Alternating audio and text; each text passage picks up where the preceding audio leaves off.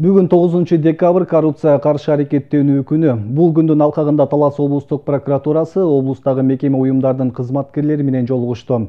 Жолугушууда коррупциялык элементтер аныкталган учурда кандай мыйзам актылары колдонулары жана кандай чаралар көрүлөрү туурасында маалымат берилди. Үстүздөгү жылдын башынан бери облуста 208ге жакын коррупциялык иштер аныкталган.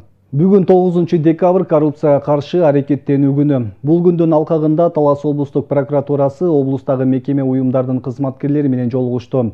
Жолугушууда коррупциялык элементтер аныкталган учурда кандай мыйзам актылары колдонулары жана кандай чаралар көрүлөрү туурасында маалымат берилди. Үстүздөгү жылдын башынан бери облуста 208ге жакын коррупциялык иштер аныкталып, 70ге жакын прокурордук актылар түзүлгөн.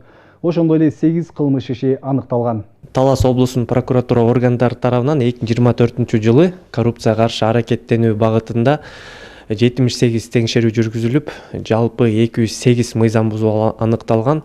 Жыйынтыгы менен 70тен ашык прокурордук актылар келтирилип, 83 укук бузуулар жөнүндө токтомдор чыгарылып, атайын протоколдор түзүлгөн.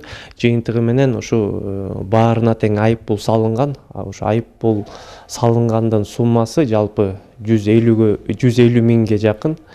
Мындан сырткары 35 кызмат адамы тартиптик чарага кириптер болгон.